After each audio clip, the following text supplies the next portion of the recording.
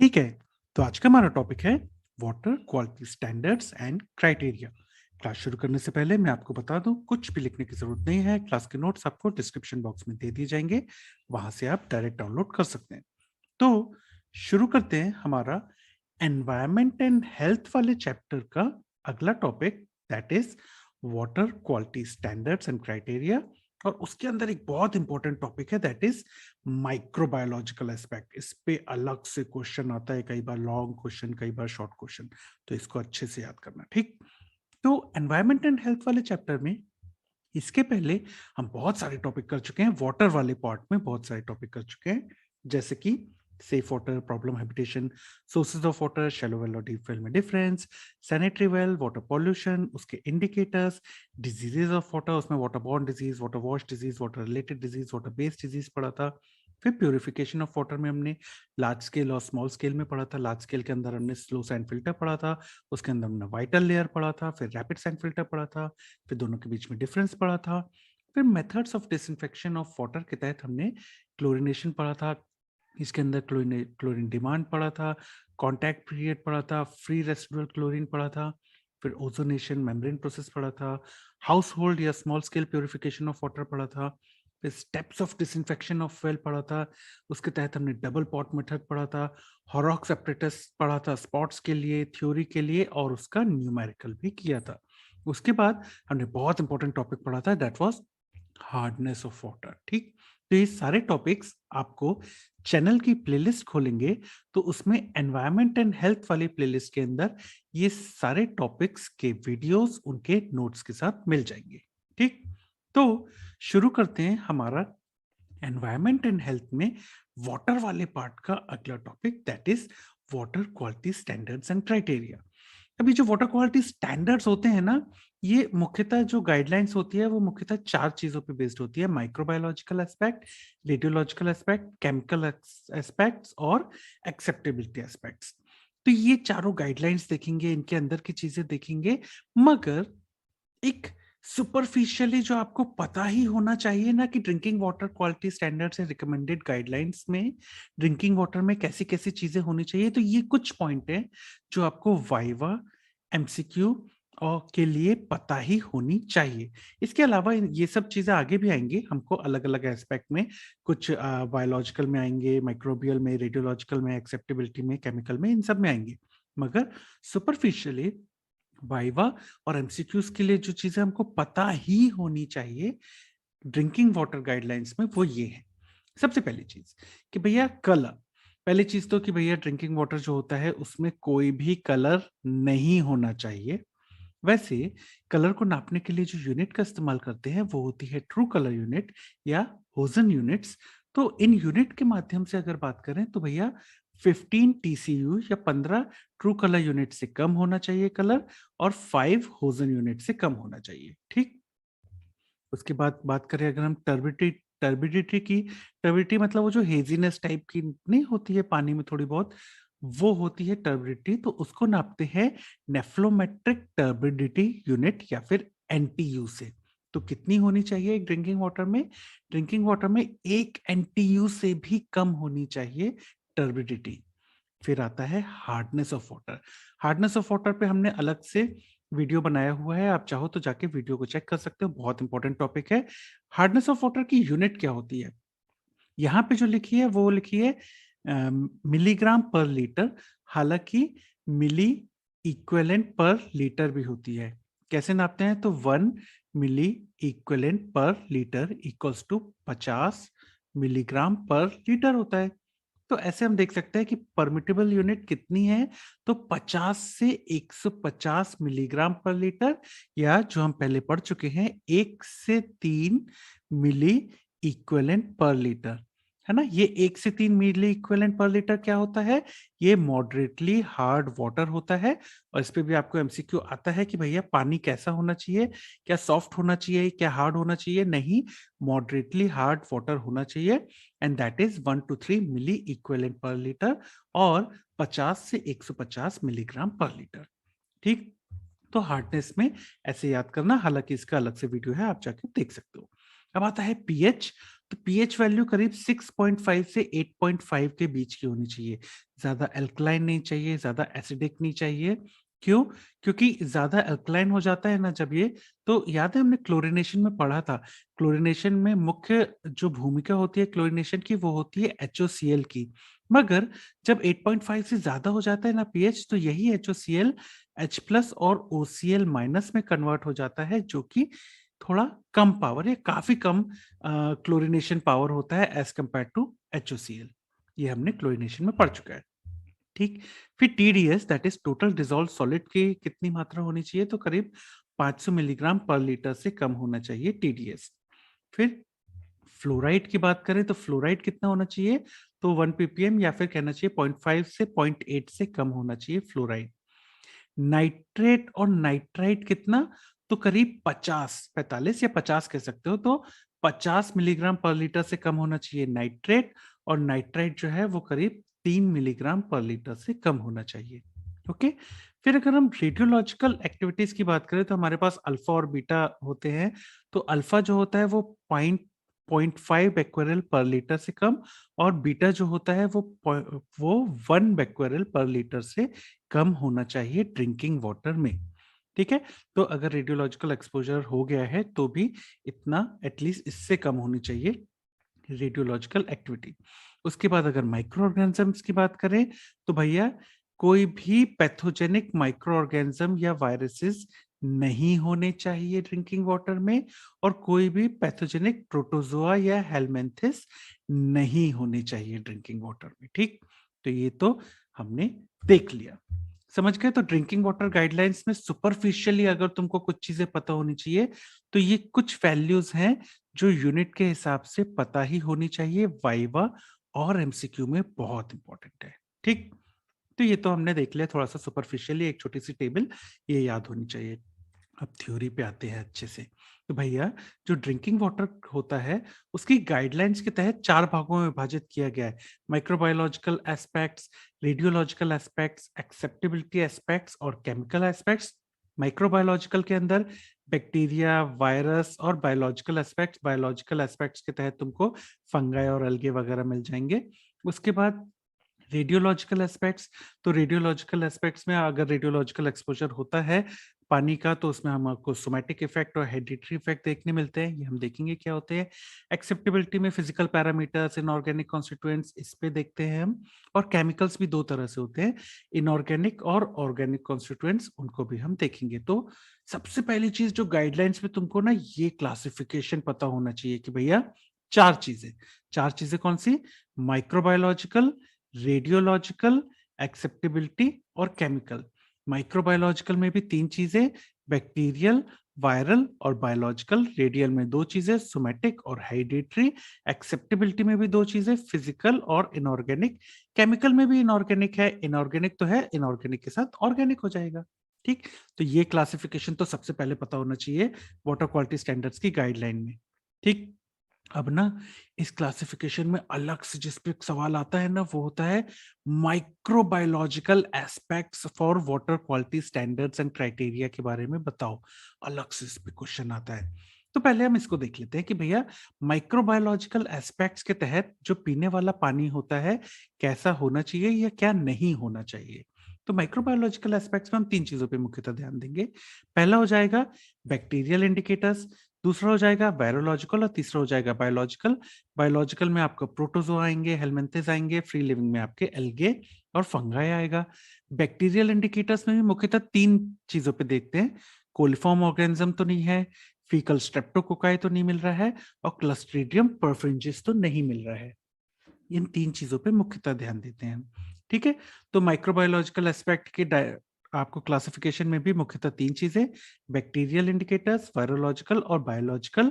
Bacterial में coliform, streptococci और Clostridium परफ्रिंजिस। Biological में प्रोटोजोआ, हेलमिंथेस और फ्री लिविंग ऑर्गेनिज्म। ठीक। ये क्लासिफिकेशन अच्छे से करना क्योंकि माइक्रोबायोलॉजिकल एस्पेक्ट पे अलग से सवाल आता है। अब देखते हैं भाई इनके बारे में थोड़ी थोड़ी सी जानकारी कि भाई माइक्रोबायोलॉजिकल एस्पेक्ट के तहत बैक्टीरियल इंडिकेटर्स में क्या क्या आता है। ठीक। तो बैक्टीरियल इंडिकेटर्स में पहला क्या पढ़ा था? Coliform organism. तो भाई coliform organism most reliable indicator होता है वाटर क्वालिटी का कि भैया अगर कोलिफॉर्म ऑर्गेनिजम्स आपको पानी में नहीं मिल रहे हैं मतलब बहुत अच्छी क्वालिटी है आपके पानी की। दूसरी तरह से कहा जाए तो जो गाइडलाइन कहती हैं वो ये कहती हैं कि पीने वाले पानी में कोई भी कोलिफॉर्म ऑर्गेनिज्म नहीं मिलना चाहिए। ठीक है, ये याद रखना। इस पे एमसीक्यू आता है कि पीने वाले पानी में कोई भी कोलिफॉर्म ऑर्गेनिज्म नहीं मिलना चाहिए, और अगर कोलिफॉर्म ऑर्गेनिज्म मिलता है तो उसका मतलब ये है कि फीकल कंटेमिनेशन हो चुका है पानी का। यानी पानी में जो आपके घर में आ रहा है, जो पाइपलाइन से सप्लाई हो रही है, जहां से भी पानी आ रहा है, उसमें फीसिस से वो कंटेमिनेट हो चुका है, यानी पॉटी से वो कंटेमिनेट हो चुका है पानी। ठीक, तो ये कोलिफॉर्म ऑर्गेनिज्म अगर आपको पानी में मिलते हैं तो उसका मतलब होता है कि भाई साहब आपके पानी का फीकल कंटेमिनेशन हो चुका है। ठीक, अभी कोलिफॉर्म ऑर्गेनिज्म मिलते हैं नहीं मिलते हैं, कितने मिलते हैं, ये किससे पता लगाते हैं? इसके लिए हम करते हैं प्रिजम्पटिव कोलिफॉर्म टेस्ट, जिसमें हम मल्टीपल ट्यूब टेस्ट से एमपीएन मल्टीपल ट्यूब टेस्ट करते हैं। ठीक, एमपीएन का मतलब, एमपीएन का मतलब होता है मोस्ट प्रोबेबल नंबर। तो हम एमपीएन मल्टीपल ट्यूब टेस्ट से मोस्ट प्रोबेबल नंबर निकालते हैं कि भैया 100 ml ऑफ पानी में कितने कोलिफॉर्म ऑर्गेनिज्म हैं। वैसे कितने होने चाहिए? बिल्कुल भी नहीं होने चाहिए।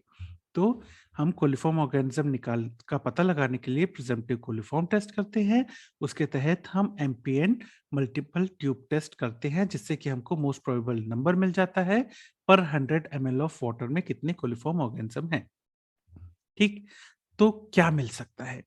हमको कोलिफॉर्म ऑर्गेनिज्म में 2 तरह के ग्रुप मिल सकते हैं, या तो हमको फीकल ग्रुप मिल सकता है, या तो हमको नॉन फीकल ग्रुप मिल सकता है। अगर हमको फीकल ग्रुप मिलता है, तो फीकल ग्रुप के तहत कौन-सा आता है? कोलिफॉर्म ऑर्गेनिज्म में ई कोलाई। तो ई कोलाई जो होता है, वो इंडिकेटर होता है कि भैया फीकल कंटैमिनेशन आपके पानी का हुआ है। और अगर नॉन फीकल ग्रुप में क्या मिल सकता है? नॉन फीकल ग्रुप में आपको क्लेब्सिएला मिल सकता है। ठीक? तो फीकल ग्रुप में इकोलाई, नॉन फीकल ग्रुप में क्लेब्सिएला। ये याद रखना। कैसे याद करेंगे? तो ये देखो, ये क्या है? ये है आपका FeCal, फीकल ग्रुप। तो फीकल ग्रुप में क्या आएगा आपका? फीकल ग्रुप में आएगा ई कोलाई। तो याद रहेगा, ये ई और सी से आपको याद हो जाएगा कि फीकल ग्रुप में ई कोलाई आता है। वैसे तो हमको पता रहता है, माइक्रो हमने पढ़ी है, फिर भी कि फीकल ग्रुप में ई कोलाई, तो ई कोलाई है तो फीकल कंटेमिनेशन हुआ है। तो अगर फीकल ग्रुप में ई कोलाई है तो नॉन फीकल में तो क्लेब्सिएला होगा ना। तो ऐसे आप याद कर सकते हो, एक चीज को याद करो, दूसरा अपने आप। पहली चीज याद करने की कि भैया फीकल और नॉन फीकल ग्रुप में क्या क्या होता है, तो फीकल में ई कोलाई, नॉन फीकल में क्लेब्सिएला। कैसे याद करोगे? फीकल का EC is for E coli. तो ये तो हो गए आपके कोलिफॉर्म ऑर्गेनिज्म, और उसमें फीकल और नॉन फीकल ग्रुप। उसके अलावा क्या मिल सकता है? उसके अलावा आपको पानी में बैक्टीरियल इंडिकेटर्स के तौर पे फीकल स्ट्रेप्टोकोकाई मिल सकता है और क्लस्ट्रीडियम परफ्रिंजिस मिल सकता है। अब देखो, दोनों ही आपको फीकल कंटेमिनेशन के बारे में बताते हैं कि भैया अगर फीकल स्ट्रेप्टोकोकाई मिला है, उसका मतलब भी यही होता है कि आपके पानी का फीकल कंटेमिनेशन हुआ है। क्लस्ट्रीडियम परफ्रिंजिस मिला है, उसका मतलब भी यही होता है कि आपके पानी का फीकल कंटेमिनेशन हो चुका है। मगर फर्क है, अगर फीकल स्ट्रेप्टोकोकाई मिलता है, उसका मतलब होता है रिसेंटली फीकल कंटेमिनेशन हुआ है। मतलब अभी-अभी कुछ समय पहले ही आपके पानी में फीसिस से कंटेमिनेशन हुआ है। जबकि अगर क्लस्ट्रीडियम परफ्रिंजिस मिलता है, तो उसका मतलब होता है थोड़ा समय, यानी कि रिमोट टाइम गुजर चुका है, थोड़ा समय गुजर चुका है आपके पानी के फीकल कंटेमिनेशन हुए हुए। ठीक है? तो क्लस्ट्रीडियम परफ्रिंजिस क्या कहता है? क्लस्ट्रीडियम परफ्रिंजिस कहता है कि यार आज नहीं, कल या परसों फीकल कंटेमिनेशन हुआ था। आज नहीं, मतलब इतना रिसेंट नहीं है, रिमोट टाइम हो गया है, कल या परसों फीकल कंटेमिनेशन हुआ था अगर क्लस्ट्रीडियम परफ्रिंजिस मिल रहा है। जबकि स्ट्रेप्टोकोकाई मिलता है अगर, तो उसका मतलब होता है कि भैया रीसेंट कंटेमिनेशन हुआ है। ठीक है? तो इसको याद कैसे करेंगे? देखो, कल परसों CL इज कल, और परसों इज PR इज परसों। तो CL PR क्लस्ट्रीडियम परफ्रिंजिस मिलता है तो उसका मतलब होता है कल परसों कंटेमिनेशन हुआ है, यानी कि रिमोट टाइम गुजर चुका है। रिमोट इज कल परसों, तो रिमोट टाइम गुजर चुका है, थोड़ा समय हो चुका है। कल परसों फीकल कंटेमिनेशन हुआ था, तो कल परसों इज क्लस्ट्रीडियम परफ्रिंजिस। याद रहेगा। ऐसे ही स्ट्रेप्टोकोकाई अगर मिलता है हमको, STRE, उसके बाद स्ट्रेप्टोकोकाई, तो स्ट्रेप्टोकोकाई मिलता है तो आप क्या कहोगे? स्ट्रेप्टोकोकाई मिलता है तो आप कहोगे RE, और देखो कितने सारे सी हैं, तो सी, रीसेंट।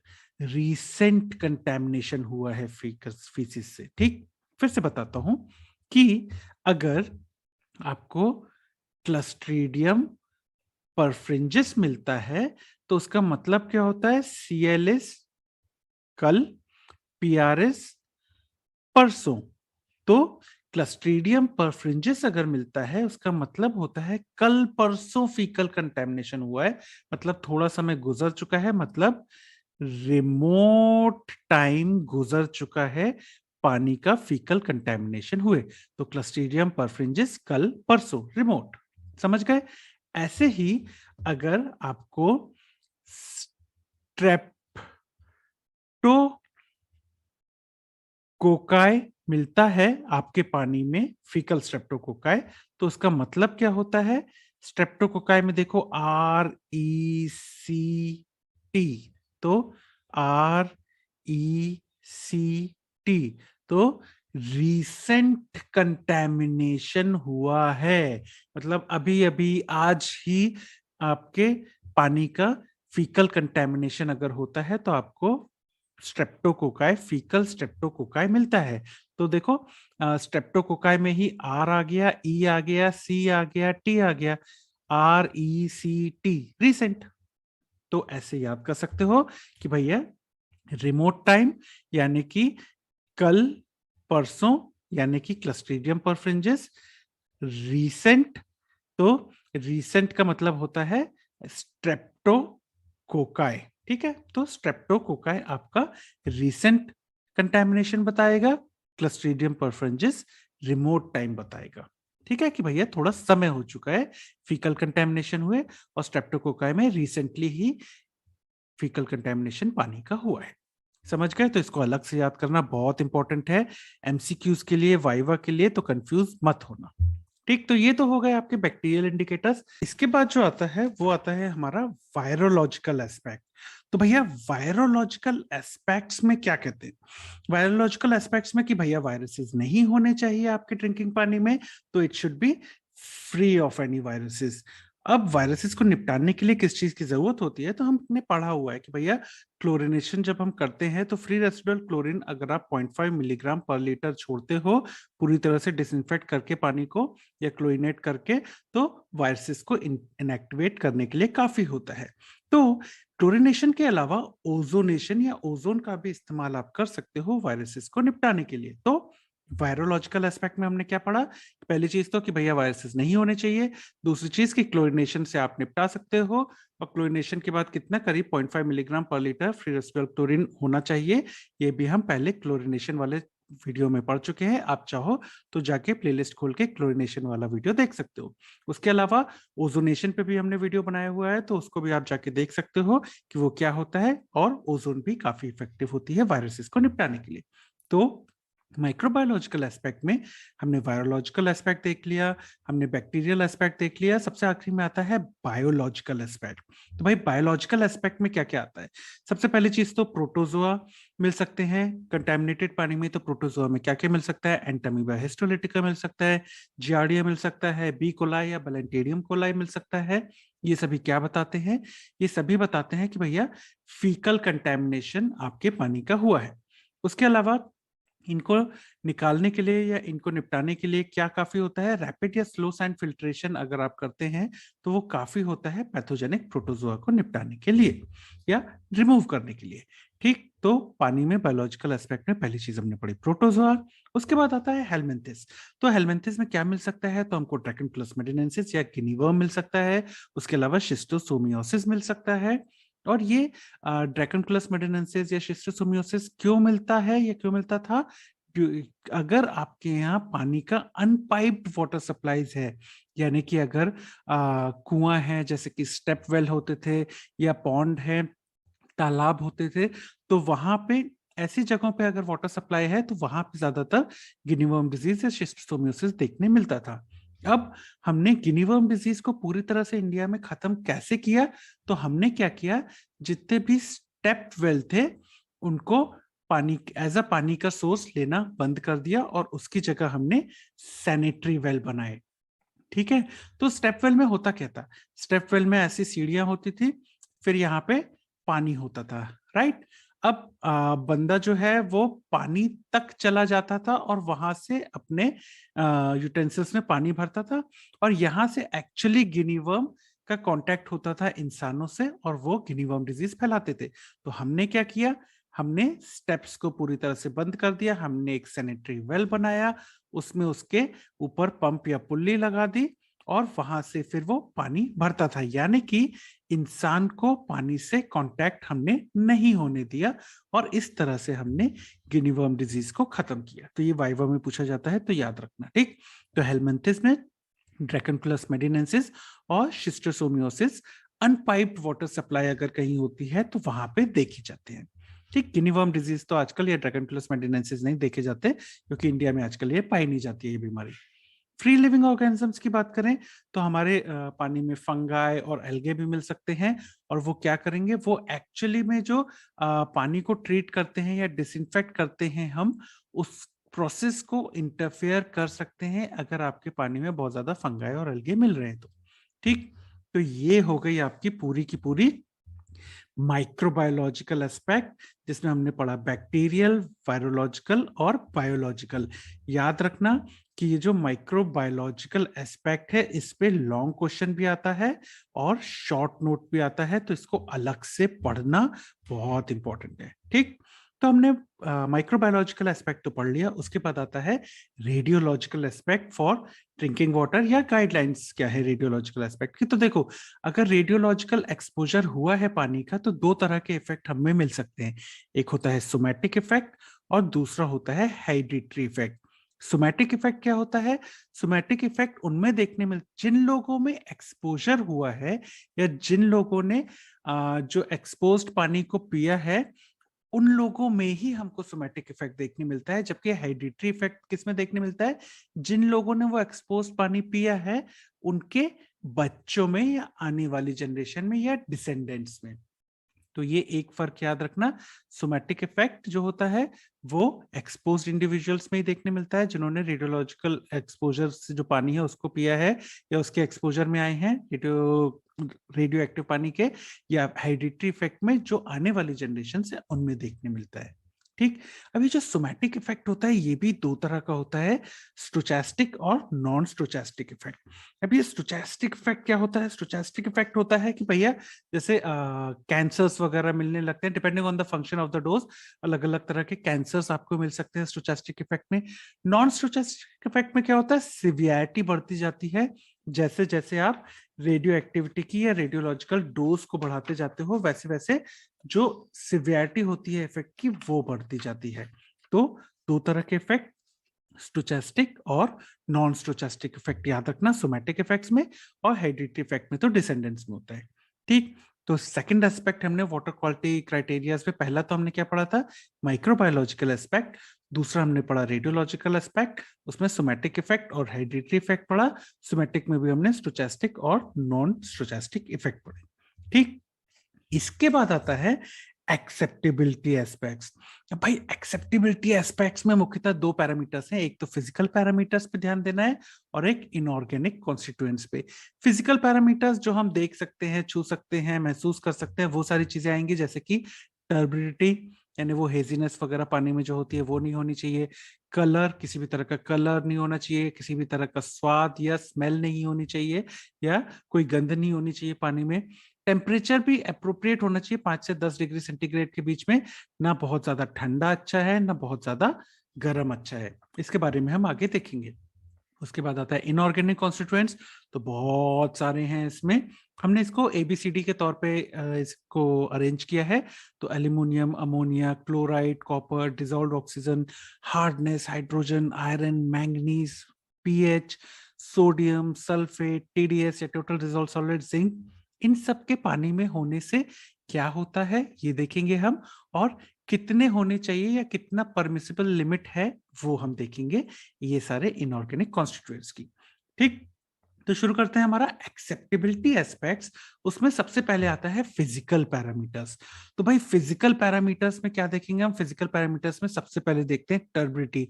वो हल्की हल्की हेजीनेस वगैरह होती है ना, वो नहीं होनी चाहिए पानी में, यानी कि जो ड्रिंकिंग वाटर होता है उसमें बिल्कुल भी टर्बिडिटी नहीं होनी चाहिए। देखो बिल्कुल भी टर्बिडिटी नहीं, एकदम क्लियर पानी है। और इसके आगे वाली देखो, ये थोड़ा सा टर्बिड है, टर्बिडिटी है, हेजीनेस दिख रहा है। ये देखो ये बहुत ज्यादा टर्बिड है, बहुत ज्यादा हेजीनेस है, थोड़ी टर्बिडिटी, बहुत ज्यादा टर्बिडिटी। ये किसके बेसिस पे हम कह रहे हैं?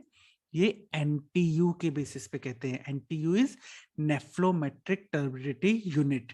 तो अगर हम एनटीयू के बारे में बात करें तो कितने एनटीयू तक हमारी आंखों में दिख सकता है? अगर जो पानी की टर्बिडिटी है वो 4 नेफ्लोमेट्रिक या 4 एनटीयू से ज्यादा हो जाती है, तब वो हमारी आंखों को दिख सकती है। ये देखो यहाँ पे 1 एनटीयू है इस पानी की टर्बिडिटी, इसमें है लेकिन बहुत कम है, 1 एनटीयू है इसलिए हमको दिख नहीं रही है।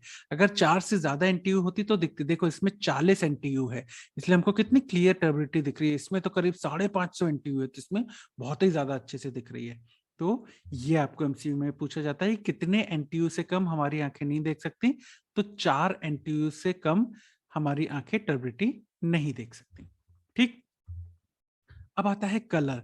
तो पानी में, ड्रिंकिंग वाटर जो होता है, पीने योग्य पानी में कोई भी कलर नहीं होना चाहिए। एकदम देखो ट्रांसपेरेंट होना चाहिए पानी को। ठीक, इसी तरह से किसी भी तरह का स्वाद या गंध नहीं होनी चाहिए, किसी भी तरह का टेस्ट या स्मेल नहीं होनी चाहिए पानी में। अगर वो होती है तो समझ जाओ कि पानी किसी तरह से कंटेमिनेटेड या पॉल्यूट हो चुका है। ठीक, तो दूषित पानी कैसे है? आप बोल सकते हो कि अगर पानी में किसी तरह का रंग मिलने लगे, कोई अजीब सा स्वाद आने लगे, कोई अजीब सी गंध आने लगे, तब आप कह सकते हो कि पानी आपका प्रदूषित हो चुका है। वरना तो नॉर्मल जो ड्रिंकिंग वाटर होता है उसमें ये तीनों चीजों में से कुछ भी नहीं होना चाहिए। ठीक, उसके बाद आता है आपका टेम्परेचर। तो भैया टेम्परेचर के बारे में क्या याद करोगे? तो टेम्परेचर के बारे में हम बोलेंगे कि भैया टेम्परेचर जो है वो बहुत ज्यादा ठंडा भी नहीं होना चाहिए, बहुत ज्यादा गर्म भी नहीं होना चाहिए। क्यों? अगर बहुत ज्यादा ठंडा होता है तो ट्रीटमेंट प्रोसेस को, डिसइंफेक्शन वाली जो ट्रीटमेंट प्रोसेस होती है जैसे क्लोरिनेशन वगैरह, उनको इफेक्ट करता है। उतने अच्छे से पानी का डिसइंफेक्शन नहीं होगा अगर पानी बहुत ठंडा होगा। अगर पानी बहुत गर्म होगा तो उसमें माइक्रो ऑर्गेनिज्म ग्रो कर सकते हैं। उसके अलावा जो पाइपलाइंस होती हैं या जहां से पानी गुजरता है वहां पे कोरोजन्स वगैरह की प्रॉब्लम भी आ सकती है। तो पानी बहुत ज्यादा ठंडा भी अच्छा नहीं है, बहुत ज्यादा गर्म भी अच्छा नहीं है। कितना होना चाहिए? तो डिजायर्ड टेम्परेचर जो होता है, अगर फ़ारेनहीट की बात करें तो करीब 40 से 50 डिग्री फ़ारेनहीट, और अगर डिग्री सेंटीग्रेड की बात करें तो करीब 5 से 10 डिग्री सेंटीग्रेड काफी होता है। इससे ठंडा भी अच्छा नहीं है, इससे गर्म भी अच्छा नहीं है। ठीक, तो अब यहाँ पे एक याद रखने वाली चीज क्या है? याद रखने वाली चीज है टर्बिडिटी की यूनिट। टर्बिडिटी कितनी होनी चाहिए? तो 4 से कम होनी चाहिए आपकी टर्बिडिटी।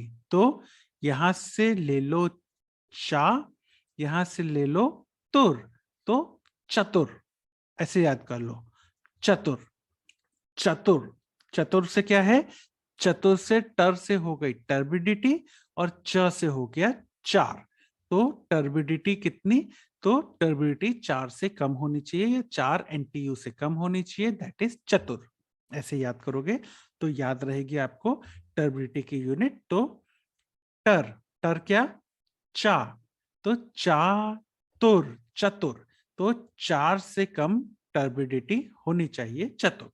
ऐसे याद कर सकते हो आप टर्बिडिटी को। इसको क्यों याद कराया मैंने अलग से? क्योंकि इस पे एमसीक्यू आया है। ठीक, अब आते हैं हम इनऑर्गेनिक कॉन्स्टिट्यूएंट्स पे। इनऑर्गेनिक कॉन्स्टिट्यूएंट्स में सबसे पहले बात करते हैं हम एल्यूमिनियम की। तो भैया 0.2 मिलीग्राम पर लीटर से ज्यादा अगर हो जाता है एल्यूमिनियम, तो हमारा जो डिस्ट्रीब्यूशन सिस्टम है, पाइप्स वगैरह हैं, वहां पे एलम फ्लॉक या एल्यूमिनियम हाइड्रोक्साइड का फ्लॉक जमने लगता है। आपको हल्का सा प्रेसिपिटेट टाइप का अलग से दिखने लगेगा, वो होता है एलम फ्लॉक। वो आपको डिस्ट्रीब्यूशन सिस्टम में अलग से दिखने लगता है अगर एल्यूमिनियम पानी में 0.2 मिलीग्राम पर लीटर से ज्यादा हो जाता है तो। ठीक, उसके बाद आता है अमोनिया। तो अमोनिया कितनी होनी चाहिए? अमोनिया भी करीब 0.2 मिलीग्राम पर लीटर से कम ही होनी चाहिए। क्यों? क्योंकि अगर उससे ज्यादा हो जाती है ना, तो आपको फिल्टर्स में फेलियर देखने मिलता है कि भैया पानी के जो फिल्टर्स हैं वो अपने अच्छे से काम नहीं कर पाते हैं, अजीब सा स्वाद, अजीब सी स्मेल आने लगती है, गंध आने लगती है, अजीब सा टेस्ट आने लगता है पानी में अगर 0.2 मिलीग्राम से ज्यादा होने लगे तो।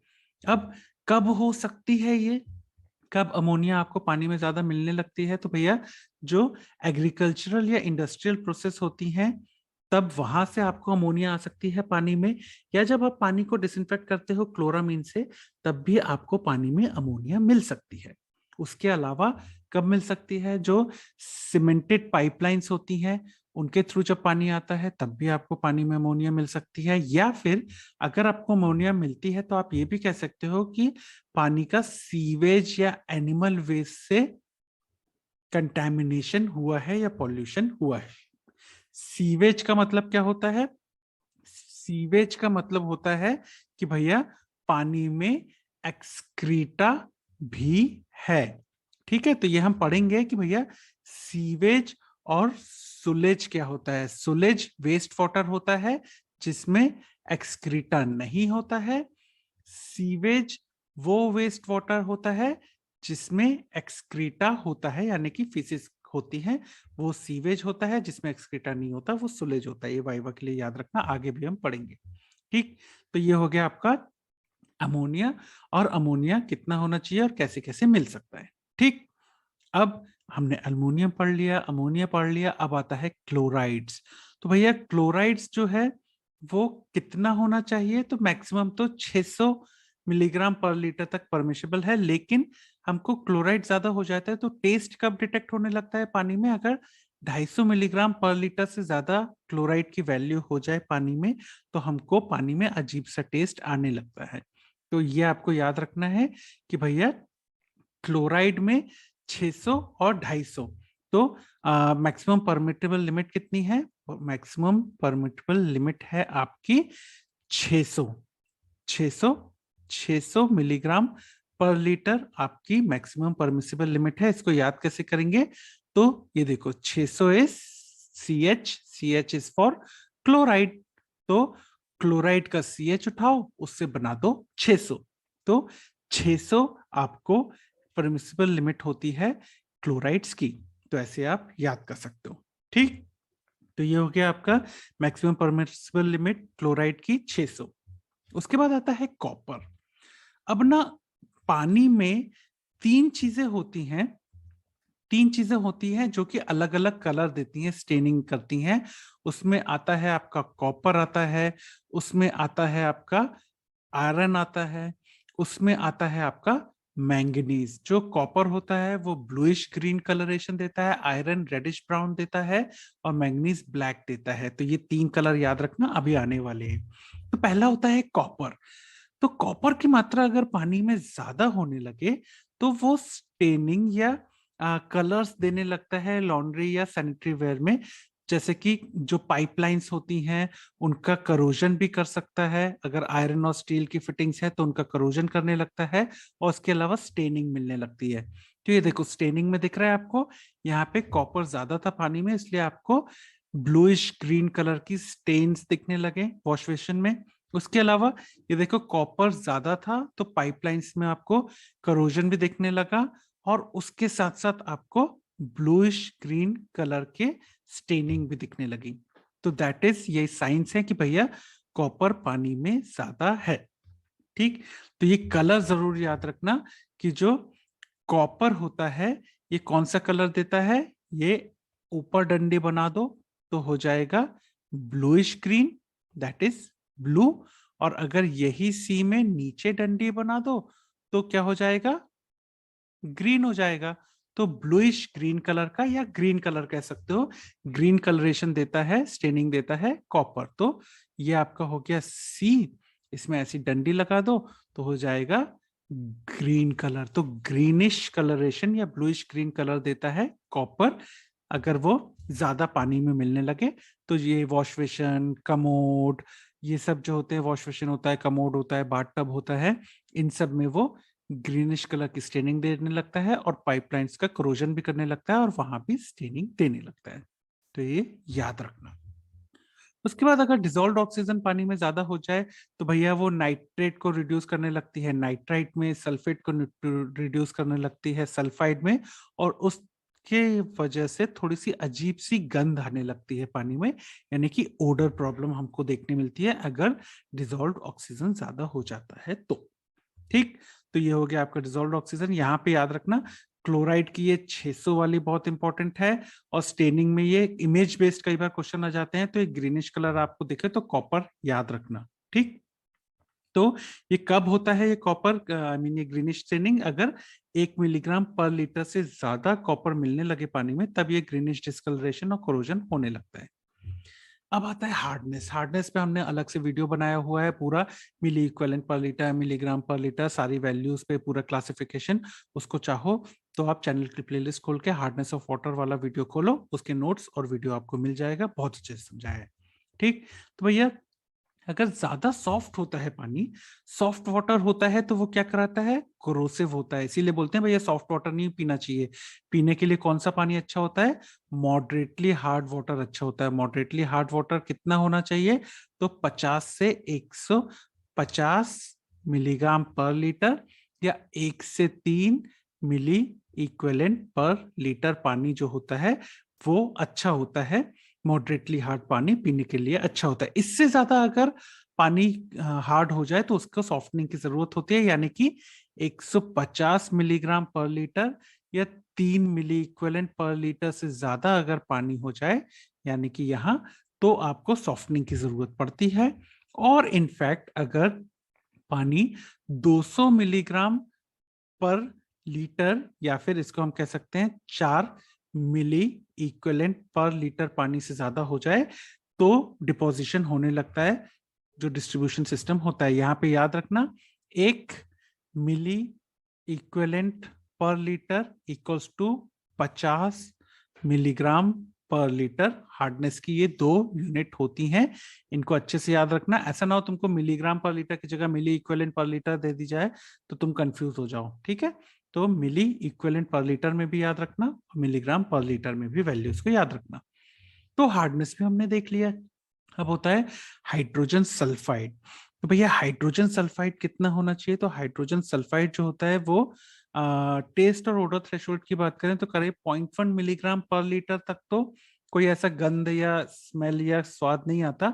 उससे ज्यादा अगर मिलने लगे ना तब पंगा होता है भाई साहब। तब आपको एक्चुअली सड़े हुए अंडे जैसी स्मेल आने लगती है, या रॉटन एग ऑर्डर ओडर आने लगता है आपको, अगर इससे ज्यादा हाइड्रोजन सल्फाइड पानी में हो जाए तो।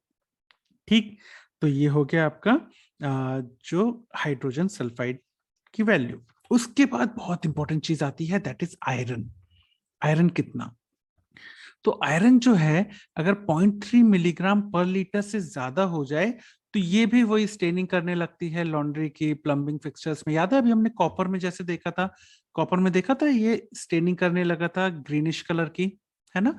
ऐसी जो आयरन है उसमें कौन से रंग की स्टेनिंग करने लगेगा, तो उसमें ये देखो रेडिश ब्राउन कलर की स्टेनिंग करने लगता है। ये जो सैनिटरी वेयर्स होते हैं जैसे कि बाथ टब, कमोड्स और फ्लश टैंक्स और वॉश बेसिन्स, इनकी स्टेनिंग करने लगता है ये रेडिश ब्राउन कलर से। ये रेडिश ब्राउन कलर क्यों आता है, क्योंकि जो जमीन के नीचे का पानी होता है, जो कहते हैं ना बोरिंग का पानी है, ग्राउंड वाटर है, उसमें होता है फेरस आयन, जो जैसे ही एटमॉस्फेयर के एक्सपोजर में आता है वो फेरस से कन्वर्ट हो जाता है फेरिक आयन में, और वो देता है आपको रेडिश ब्राउन कलर पानी में। ठीक है, इसके अलावा ज्यादा पानी अगर पानी में, ज्यादा आयरन अगर पानी में होता है तो उससे आयरन बैक्टीरिया ग्रो करने लगते हैं पानी में। अब ये आयरन बैक्टीरिया क्या करते हैं, ये आयरन बैक्टीरिया जो पानी में फेरस आयन है उसको फेरिक आयन में कन्वर्ट कर देते हैं और स्लाइमी कोटिंग पाइपलाइंस में और पानी में आपको मिलने लगती है। तो ये दोनों चीजें देखो, आपको यहाँ पे दिख रहा है रेडिश ब्राउन कलर की स्टेनिंग हो गई है, नीचे भी देखो रेडिश ब्राउन कलर की स्टेनिंग हो गई थी फ्लश टैंक में, क्योंकि ये रॉड दिख रही है आपको, ये रॉड जो है वो लोहे की थी, इसमें जंग लग गई तो फेरस आयन फेरिक आयन में कन्वर्ट हो गया। और देखो आपको रेडिश ब्राउन कलर का पानी भी दिख रहा है, और इनफैक्ट अगर आप यहाँ पे देखो तो आपको स्लाइमी लेयर्स भी दिख रही होंगी। तो ये सारी चीजें आयरन जब पानी में ज्यादा हो जाता है तब आपको मिलने लगती हैं। ठीक है, तो आयरन में याद रखना रेडिश ब्राउन कलर की, कैसे याद करोगे, तो जो आपका आयरन है, आयरन में किस कलर की स्टेनिंग होने लगती है, आयरन में रेडिश ब्राउन कलर की स्टेनिंग होने लगती है। तो आयरन का आर याद रखना, तो रेडिश ब्राउन कलर की स्टेनिंग होने लगती है। और ये क्यों होती है, क्योंकि फेरस आयन जो ग्राउंड वाटर में होता है, जमीन के नीचे वाला पानी, बोरिंग वाला, वो जैसे ही एटमॉस्फेयर के एक्सपोजर में आता है वो फेरिक आयन में कन्वर्ट हो जाता है जो रेडिश ब्राउन कलर देता है। ठीक, ये समझ गए। तो ये हो गया आपका आयरन। उसके बाद आता है मैंगनीज। अगर मैंगनीज ज्यादा हो, कितना ज्यादा हो भैया, तो मैंगनीज करीब 0.1 मिलीग्राम पर लीटर तक तो एक्सेप्टेबल है। उससे ज्यादा मैंगनीज अगर आपको देखने मिलने लगे तो भैया पंगा हो सकता है, ब्लैक प्रेसिपिटेट मिलने लगता है आपको पाइप्स में, और जहां पे पानी जमा होता है वहां पे आपको ब्लैक कलर का प्रेसिपिटेट मिलने लगता है अगर मैंगनीज 0.1 मिलीग्राम पर लीटर से ज्यादा हो जाए। तो ये देखो पाइप्स के अंदर दिख रहा है ब्लैक कलर का प्रेसिपिटेट, ये मैंगनीज ज्यादा हो गया था। तो वही फ्लैश टैंक जिसमें हमने रेडिश ब्राउन कलर का देखा था, अगर आयरन ज्यादा था, वहीं अगर मैंगनीज ज्यादा है तो देखो ब्लैक कलर का प्रेसिपिटेट आपको देखने मिल रहा है। समझ गए, तो समझे। अब यही फ्लश टैंक जो है उसमें आयरन ज्यादा था तो रेडिश ब्राउन कलर का प्रेसिपिटेट, रेडिश ब्राउन कलर का वाटर, और वहीं अगर उसी पानी में मैंगनीज ज्यादा था तो ब्लैक कलर का प्रेसिपिटेट आपको देखने मिल रहा है। तो ये कलर्स याद रखना बहुत इंपॉर्टेंट होते हैं। 3 कलर हमने देखे, हमने कॉपर, कॉपर में देखा हमने ग्रीनिश कलर था, उसके बाद हमने आयरन में देखा रेडिश ब्राउन कलर था, और मैंगनीज में देखा ब्लैक कलर था। ठीक, तो ये 3 कलर की स्टेनिंग याद रखना, इन पे आपको अलग से एमसीक्यू आ सकता है। उसके बाद आता है पीएच वैल्यू। तो पीएच वैल्यू कितनी होनी चाहिए, तो जो ड्रिंकिंग वाटर होता है उसकी पीएच वैल्यू 6.5 से 8.5 के बीच में होनी चाहिए। क्यों, ज्यादा कम क्यों पूरी है, ज्यादा ज्यादा क्यों पूरी है, देखो अगर 7 से कम हो जाती है ना, तो जो डिस्ट्रीब्यूशन पाइप्स होते हैं जहां से पानी आ रहा है वहां पे करोजन होने लगता है। ठीक है, और लेड की मात्रा भी उनमें बढ़ने लगती है।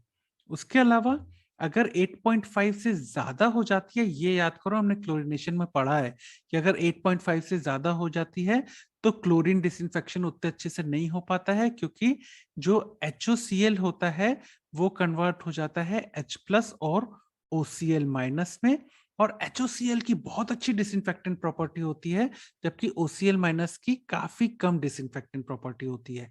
इसीलिए अगर 8.5 से ज्यादा हो जाए पीएच पानी का तो क्लोरीन डिसइंफेक्शन कम होने लगता है या एफिशिएंसी कम हो जाती है। ये हमने क्लोरीनेशन वाला जो वीडियो था उसमें पढ़ा है, तो आप चाहो तो क्लोरीनेशन वाला वीडियो प्लेलिस्ट में जाके खोल के देख सकते हो, वहां आप इसको समझ सकते हो। ठीक, उसके बाद आते हैं हम सोडियम में। तो सोडियम का थ्रेशोल्ड करीब 200 होता है।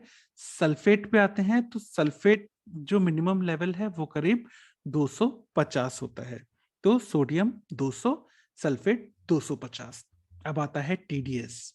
TDS is total dissolve solid. Total dissolve solid की वैल्यू कितनी होनी चाहिए, तो करीब 500 मिलीग्राम पर लीटर से कम होनी चाहिए।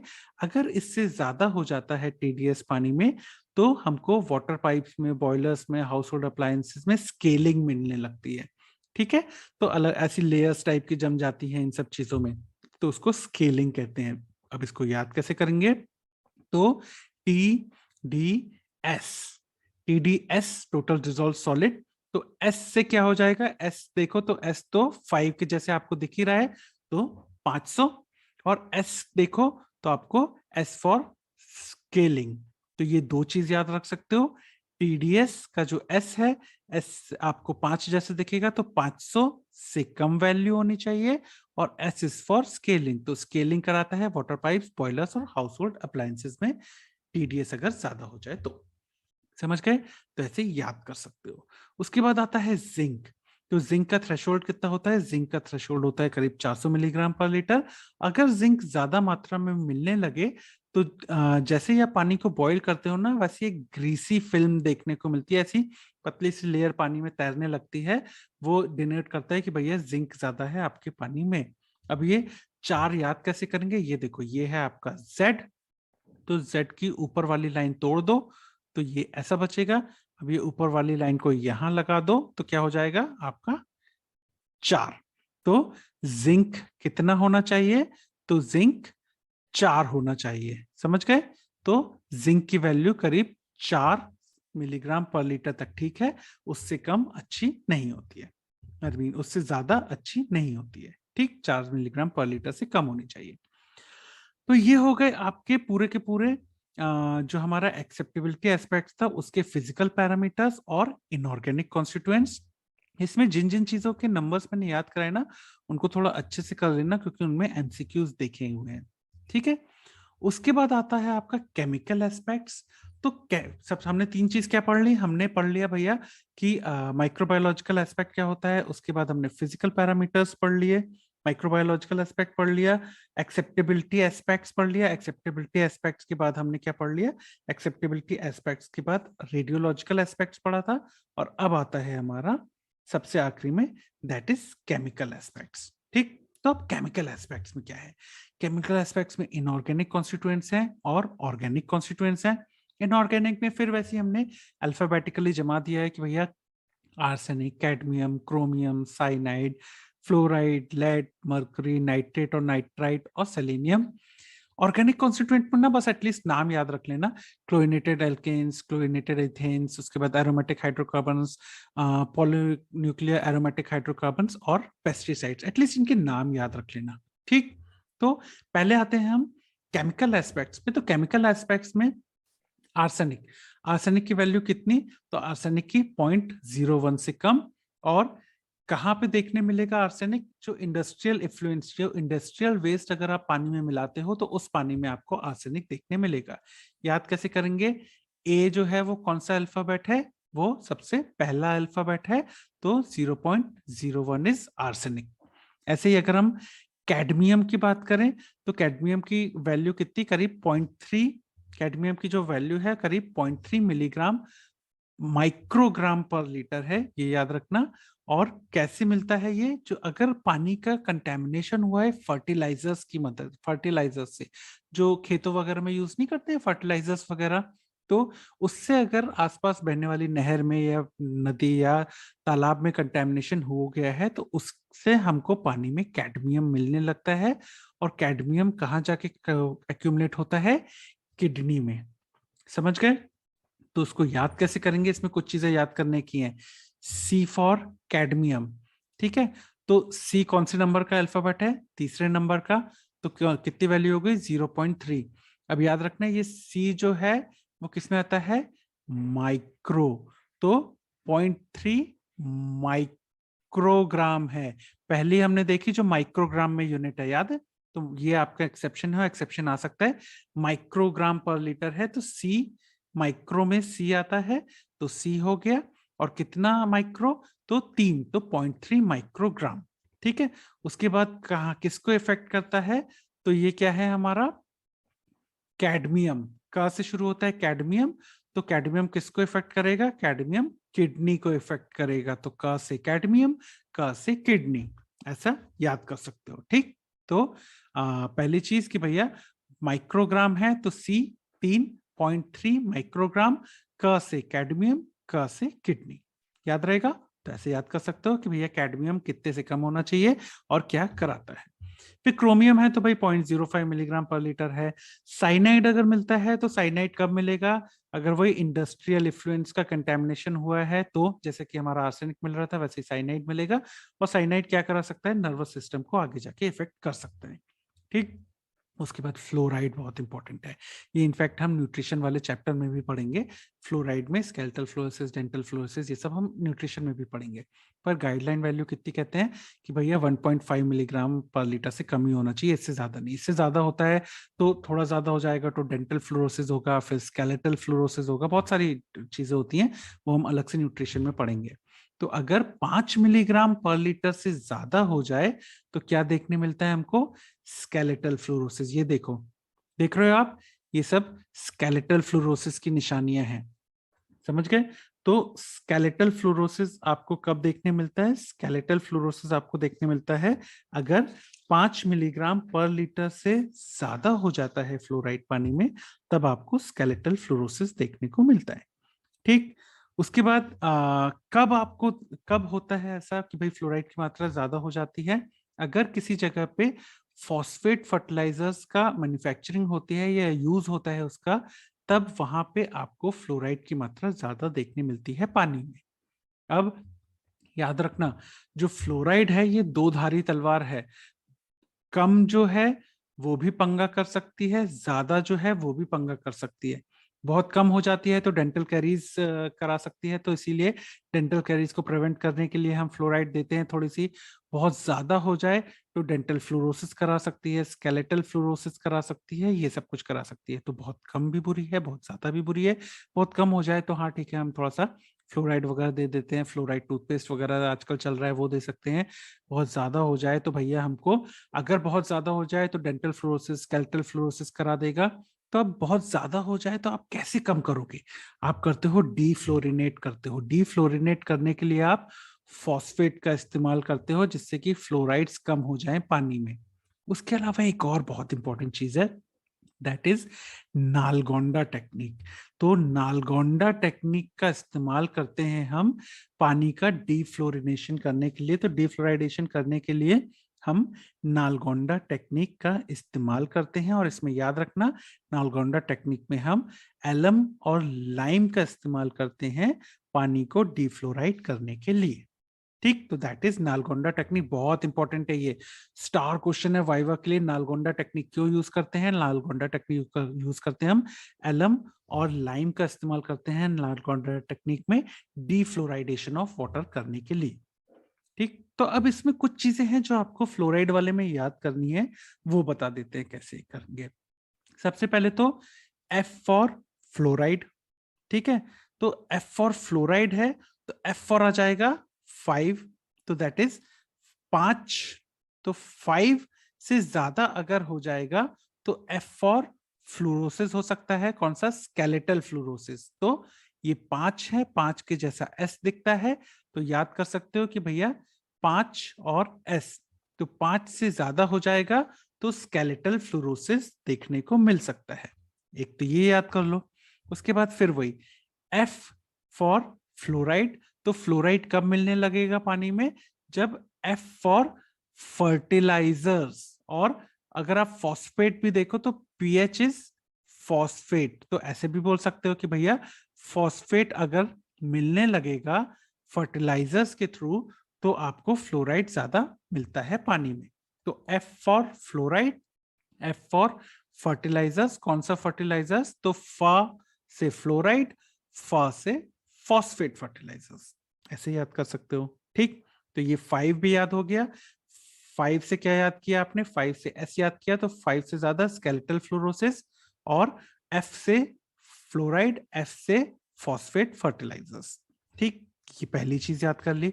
दूसरी चीज जो आपको, नालगोंडा टेक्निक बहुत इंपॉर्टेंट है। तो नालगोंडा टेक्निक कैसे याद करेंगे, NaLGONDA।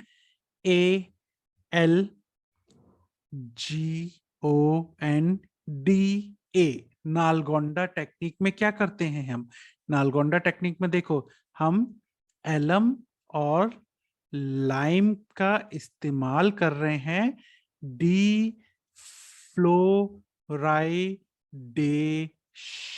करने के लिए। तो ऐसे याद कर सकते हो नालगोंडा टेक्निक को। नालगोंडा टेक्निक में हम क्या करते हैं, एलम और लाइम, है ना, दिख रहा है आपको, ए और एल, एलम और लाइम का इस्तेमाल करते हैं। और नालगोंडा का डी जो है वो क्या का है, डी फ्लोराइडेशन के लिए। तो नालगोंडा टेक्निक में हम एलम और लाइम का इस्तेमाल करते हैं डी फ्लोराइडेशन ऑफ वाटर के लिए। ऐसे आप याद कर सकते हो नालगोंडा टेक्निक को, याद रहेगा। तो फिर से बता रहा हूं मैं ये, क्योंकि बहुत इंपॉर्टेंट है।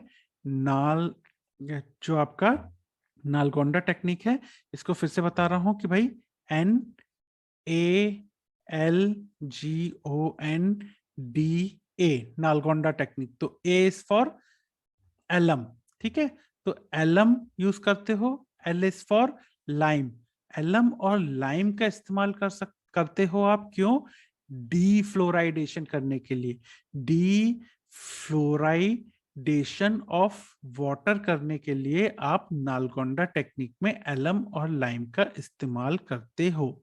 तो ये याद रखना, डी फ्लोराइडेशन करने के लिए एलम और लाइम का इस्तेमाल करते हो आप नालगोंडा टेक्निक में। बहुत इंपॉर्टेंट है, इसलिए याद रखना अलग से इसको। तो ये तो हो गया आपका फ्लोराइड। फ्लोराइड के बाद आता है लेड। तो लेड में क्या, सबसे पहली चीज कि भैया लेड जो होता है मोस्ट अनडिजायरेबल मेटल होता है ड्रिंकिंग वाटर में। कौन सी वो चीज है जो आपको पानी में चाहिए ही नहीं, तो वो लेड होती है, ठीक। उसके बाद कब मिल सकती है लेड, तो भैया जो लेड पाइप्स वगैरह होते हैं वो अगर इस्तेमाल होते हैं तब पानी में लेड मिल सकता है। लेड अगर पानी में ज्यादा मिलने लगे तो क्या कर सकता है, आपके कैल्शियम और विटामिन डी का मेटाबॉलिज्म नहीं होने देगा। उसके अलावा ये टॉक्सिक होता है, दोनों ही सेंट्रल और पेरिफेरल नर्वस सिस्टम दोनों के लिए ही बुरा होता है, ठीक। तो लेड इस तरह से बुरा होता है। यहाँ फ्लोराइड में ये याद रखना, ये स्केलेटल फ्लोरोसिस की जो इमेजेस है ना, ये आपको इमेज बेस्ड क्वेश्चन में आ सकती हैं, तो इनको भी अच्छे से याद कर लेना। हालांकि हम जो न्यूट्रिशन वाला चैप्टर है उसमें ये अच्छे से पढ़ेंगे, स्केलेटल फ्लोरोसिस, डेंटल कैरीज और डेंटल फ्लोरोसिस के बारे में। उसके बाद आता है मरकरी। मरकरी यानी पारा। अब मरकरी पानी में होनी चाहिए क्या, नहीं होनी चाहिए। फिर भी अगर होनी चाहिए ना तो बहुत ही बहुत ही बहुत ही बहुत ही बहुत ही ज्यादा कम मात्रा में, that is 0.006 milligram per litre. इतनी कम मात्रा में हमने देखी थी नहीं, तो 0.006 मिलीग्राम पर लीटर से भी कम मात्रा में होनी चाहिए, अगर होनी चाहिए तो। कब मिलती है ये, जो ग्राउंड वाटर होता है, जो जमीन के नीचे का पानी होता है, जो बोरिंग से पानी निकालते हैं, वो सब पानी जो होता है उसमें मरकरी की मात्रा कभी कभी मिलती है। किसको इफेक्ट कर सकती है मरकरी, तो किडनी को आगे जाके इफेक्ट करती है मरकरी, ठीक। तो ऐसे याद कर सकते हो कि भैया बहुत कम मात्रा में तो हमको पारा तो चाहिए ही नहीं पानी में, चाहिए भी तो बहुत ही ज्यादा कम मात्रा में, दैट इज 0.006, ठीक। फिर आता है एक इंपॉर्टेंट जिसपे एमसीक्यू आता है, नाइट्रेट और नाइट्राइट की मात्रा कितनी होनी चाहिए पानी में। तो नाइट्रेट कितना होना चाहिए, तो नाइट्रेट होना चाहिए 50 से कम, यानी कि 50 मिलीग्राम पर लीटर से कम होना चाहिए नाइट्रेट। अगर उससे ज्यादा हो जाता है तो इन्फेंटाइल मिथमोग्लोबिनीमिया करा सकता है। और नाइट्राइट की मात्रा कितनी होनी चाहिए, नाइट्राइट की मात्रा 3 मिलीग्राम पर लीटर से भी कम होनी चाहिए, ठीक है। तो नाइट्रेट 50 मिलीग्राम पर लीटर से कम होना चाहिए और नाइट्राइट 3 मिलीग्राम पर लीटर से कम होना चाहिए। एक और चीज याद रखने वाली चीज है इसमें, कि अगर आपको पानी में नाइट्रेट की मात्रा ज्यादा मिल रही है, उसका मतलब ये है कि थोड़ा समय तो हो गया है कंटैमिनेशन हुए पानी को, यानी कि पास्ट कंटैमिनेशन, कुछ समय पहले पानी का कंटैमिनेशन हुआ होगा। जबकि नाइट्राइट अगर मिलता है पानी में ज्यादा, तो आप कह सकते हो कि अभी कभी ही कंटैमिनेशन हुआ है पानी का, ज्यादा समय नहीं हुआ है। तो रिसेंट कंटैमिनेशन के लिए नाइट्राइट और पास्ट कंटैमिनेशन के लिए नाइट्रेट अच्छा इंडिकेटर होता है, ठीक। याद कैसे करेंगे, पहले आते हैं हम नाइट्रेट में। तो नाइट्रेट, RATE, नाइट्रेट, नाइट्रेट कितना, 50 से कम, ठीक है। नाइट्रेट कितना होना चाहिए, 50 से कम। तो कैसे याद करोगे, आधा आधा रेट नाइट्रेट, सिंपल, आधा रेट नाइट्रेट। आधा मतलब, आधा का मतलब क्या होता है, आधा का मतलब 50%। तो आधा रेट नाइट्रेट। कैसे याद करोगे? आधा रेट नाइट्रेट, आधा रेट नाइट्रेट। वो होता है ना, डिस्काउंट लगता है 50% डिस्काउंट, आधा रेट, तो आधा रेट नाइट्रेट। याद रहेगा, आधा रेट नाइट्रेट। तो आधा रेट इज 50%, तो 50 नाइट्रेट। समझ गए? फिर से बोलूं तो आधा रेट नाइट्रेट, आधा रेट इज 50%, तो नाइट्रेट 50 मिलीग्राम पर लीटर से कम। ठीक। और नाइट्राइट कैसे याद करेंगे? तो ये देखो, NITRITE,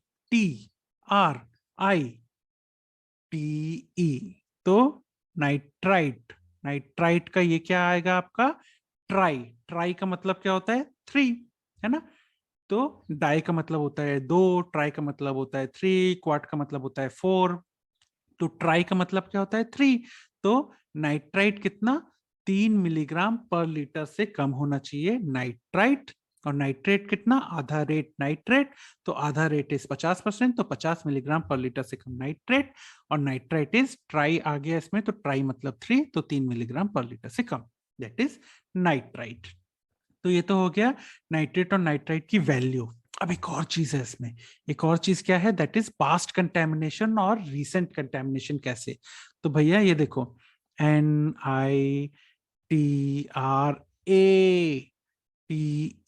तो पास्ट कंटेमिनेशन कौन बताएगा? पास्ट कंटेमिनेशन बताएगा आपका नाइट्रेट, क्योंकि उसमें देखो इतना बड़ा ए आ रहा है, नाइट्रेट पास्ट कंटेमिनेशन बताएगा। ऐसे ही NITRITE, नाइट्राइट, है ना? नाइट्राइट जो है, आप अगर बताओगे कि भैया नाइट्राइट कैसे, क्या बताएगा आपको? तो नाइट्राइट RICENT, रिसेंट कंटेमिनेशन बताएगा। अब बोलोगे सर रिसेंट की स्पेलिंग तो ई आता है। अबे आई से याद कर लो, नक्का जा रहा है, कौन सा तुम्हारा इंग्लिश का एग्जाम होना है यहाँ पे? तो रिसेंट कंटेमिनेशन नाइट्राइट बताता है, पास्ट कंटेमिनेशन नाइट्रेट बताता है। समझ गए? तो ऐसे याद कर सकते हो, नाइट्रेट का जो ए है वो आपको पास्ट कंटेमिनेशन, नाइट्राइट का जो RI है, RI is for recent contamination. तो RI रिसेंट कंटेमिनेशन, ए पास्ट कंटेमिनेशन। याद हो जाएगा? तो ऐसे आप याद कर सकते हो, आधा रेट नाइट्रेट यानी कि 50 मिलीग्राम पर लीटर, नाइट्राइट का ट्राई यानी कि 3 मिलीग्राम पर लीटर। नाइट्रेट में ए आता है, तो ए इज फॉर पास्ट कंटेमिनेशन का, PAA, तो पास्ट कंटेमिनेशन। नाइट्राइट में RI आता है, तो रिसेंट कंटेमिनेशन। याद हो गया? ऐसे याद करोगे तो याद रहेगा। तो ये हो गया आपका नाइट्रेट और नाइट्राइट। उसके बाद आता है सेलेनियम। तो भाई सेलेनियम की वैल्यू 0.01 मिलीग्राम पर लीटर से कम होनी चाहिए। उसके बाद ऑर्गेनिक कॉन्स्टिट्यूएंट्स आते हैं, तो एटलीस्ट इनके नाम याद कर लेना कि भाई क्लोरीनेटेड एल्कलेन्स में डाइक्लोरोमीथेन मिल सकता है, क्लोरीनेटेड इथीन्स में 1.1 डाइक्लोरोइथेन मिल सकती है, 1.2 डाइक्लोरोइथेन मिल सकती है। एरोमेटिक हाइड्रोकार्बन्स में बेंजीन मिल सकता है, इथाइल बेंजीन मिल सकता है, बेंजोपायरीन मिल सकता है। उसके अलावा PAH that is polynuclear aromatic hydrocarbons मिल सकते हैं। पेस्टिसाइड्स वगैरह में क्लोरीनेटेड हाइड्रोकार्बन्स मिल सकते हैं। तो ये सब कुछ आप ऑर्गेनिक कॉन्स्टिट्यूएंट्स के एटलीस्ट नाम याद कर लेना, नाम इंपॉर्टेंट होते हैं। ठीक, तो इतनी चीजें आपको एटलीस्ट वाटर क्वालिटी स्टैंडर्ड्स में पता होनी चाहिए। ठीक। अब अगर मैं बात करूं सवाल की, तो भाई साहब बड़ा टॉपिक, बड़ा सवाल, लॉन्ग क्वेश्चन आता है वाटर क्वालिटी स्टैंडर्ड्स पे। बढ़िया बड़ा वाला सवाल, 5-5 नंबर का, 8-8 नंबर का सवाल आता है। अगर MP की बात करो तो लॉन्ग क्वेश्चन 5 नंबर के होते हैं। तो long question water quality standards में आता है। कई बार ना माइक्रोबायोलॉजिकल एस्पेक्ट्स पे भी आपको क्वेश्चन आ जाता है, लॉन्ग क्वेश्चन भी आता है, और शॉर्ट नोट भी कभी कभी आ सकता है। तो लॉन्ग क्वेश्चन के तौर पे इस टॉपिक को याद रखना बहुत इंपॉर्टेंट है। अब भाई वाइवा और स्पॉट्स के लिए क्या क्या इंपॉर्टेंट है? तो सबसे पहली चीज तो ये वाली जो टेबल है वाइवा के लिए बहुत इंपॉर्टेंट है। ये जो वैल्यूज हैं, आपको कई चीजों की वैल्यूज तो पता ही होनी चाहिए, जैसे हार्डनेस आपसे वाइवा में पूछ ली जाती है, टर्बिडिटी आपसे वाइवा में पूछ ली जाती है। उसके अलावा आपसे फ्लोराइड पूछ ले जाता है, का बुरा कैसा है अच्छा कैसा है। नाइट्रेट और नाइट्राइट की वैल्यू वाइवा में आपसे पूछ ली जाती है। अगर मैं बात करूं गाइडलाइंस की तो आपसे सीधा बोल दिया जाता है भाई गाइडलाइंस बता दो, तो गाइडलाइन के तहत कौन कौन से एस्पेक्ट्स हैं तो आपको पता होना चाहिए। माइक्रोबायोलॉजिकल, रेडियोलॉजिकल, एक्सेप्टेबिलिटी एस्पेक्ट्स और केमिकल एस्पेक्ट, ये 4 के नाम पता होने चाहिए। माइक्रोबायोलॉजिकल एस्पेक्ट्स की बात करें तो भाई पहली चीज वाइवा में कि कोलिफॉर्म ऑर्गेनिज्म कितने मिलने चाहिए, आपसे डायरेक्ट ये नहीं पूछता मिलने चाहिए कि नहीं। आप एग्जामिनर ज्यादा ढेर शाना होता है, बोलता है कितना मिलना चाहिए, तो आप बोलोगे यार कितना बोला है तो कोई वैल्यू होगी, नहीं भाई साहब, कुछ भी नहीं मिलना चाहिए। तो ये एक वाइवा का क्वेश्चन कि कोई भी कोलिफॉर्म ऑर्गेनिज्म नहीं मिलना चाहिए। सेकंड वाइवा का क्वेश्चन कि भैया फीकल कंटेमिनेशन कौन कौन शो करता है, तो ये कोलिफॉर्म, इकोलाई, स्ट्रेप्टोकोकाई और क्लस्ट्रीडियम परफेरेंजिस, इंटरकोकाई, ये सब फीकल कंटेमिनेशन के इंडिकेटर्स होते हैं। एक और वाइवा का इंपॉर्टेंट क्वेश्चन कि भैया कौन सा टेस्ट लगाते हो आप कोलिफॉर्म के लिए, तो एमपीएन मल्टीपल ट्यूब टेस्ट, हालांकि ये माइक्रो का क्वेश्चन है, यहां भी कभी कभी पूछ लेते हैं। फिर इंपॉर्टेंट फीकल ग्रुप में कौन से आते हैं और नॉन फीकल ग्रुप में कौन से आते हैं, तो फीकल के लिए हमने ईसी से याद किया था, इकोलाई, ठीक है। फिर वाइवा का एक और important question, recent faecal contamination किससे इंडिकेट होता है, कब बोलोगे रीसेंट फीकल कंटैमिनेशन है, कब बोलोगे रिमोट टाइम हो गया है फीकल कंटैमिनेशन के लिए, तो रीसेंट इज स्ट्रेप्टोकोकाई, वहां पे हमने किया था RECT आया था, और रिमोट यानी कि कल परसों तो CLPR, कल परसों क्लस्ट्रीडियम परफ्रेंजिस, ठीक। तो ये भी आपका वाइवा का इंपॉर्टेंट क्वेश्चन। उसके बाद आपसे गिनीवर्म डिजीज में वाइवा में पूछ लिया जाता है कि भैया अनपाइप्ड वाटर सप्लाई के एग्जांपल बताओ, तो आप बोल सकते हो भैया स्टेपवेल, क्योंकि स्टेपवेल सबसे बड़ा कारण था गिनीवर्म डिजीज होने का, और स्टेपवेल बंद किया, वो सबसे बड़ा कारण हुआ कि गिनीवर्म डिजीज खत्म हुई, और उसके लिए आपने सैनिटरी वेल की इस्तेमाल करना शुरू किया था, ठीक। उसके बाद वाइवा के लिए इंपॉर्टेंट क्वेश्चन कि भैया टर्बिडिटी, कलर और टेस्ट, तो कोई भी टर्बिडिटी, कोई भी कलर और कोई भी टेस्ट और ऑर्डर नहीं होना चाहिए, ये वाइवा का क्वेश्चन। सेकंड इंपॉर्टेंट वाइवा का क्वेश्चन कि पानी कैसा होना चाहिए, ठंडा गर्म कैसा होना चाहिए, तो आपको पता होना चाहिए वाइवा के लिए बहुत ठंडा भी अच्छा नहीं है, बहुत गर्म भी अच्छा नहीं है, 5 से 10 डिग्री सेंटीग्रेड ठीक ठाक होता है, ठीक। उसके बाद अगर हम इनऑर्गेनिक कॉन्स्टिट्यूएंट्स की बात करें, तो जो वाइवा के लिए इंपॉर्टेंट है ना वो है स्टेनिंग। अगर आपको ब्लूइश ग्रीन कलर की स्टेनिंग मिल रही है, मतलब कि कॉपर से कॉपर ज्यादा है पानी में। अगर रेडिश ब्राउन कलर की स्टेनिंग मिल रही है, यानी कि आयरन ज्यादा है। अगर ब्लैक कलर का प्रेसिपिटेट मिल रहा है, यानी कि मैंगनीज ज्यादा है। एक वाइवा का क्वेश्चन, ठीक है।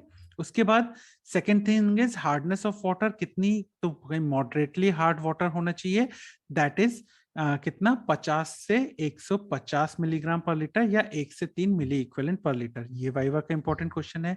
उसके अलावा वाइवा का इंपॉर्टेंट क्वेश्चन, ये रेडिश ब्राउन कलर कैसे आता है, तो वही जमीन के नीचे वाला जो पानी है उसमें फेरस आयन होता है, एटमॉस्फेयर के कांटेक्ट में आके फेरिक आयन में कन्वर्ट होता है, तो रेडिश ब्राउन कलर देता है, ठीक।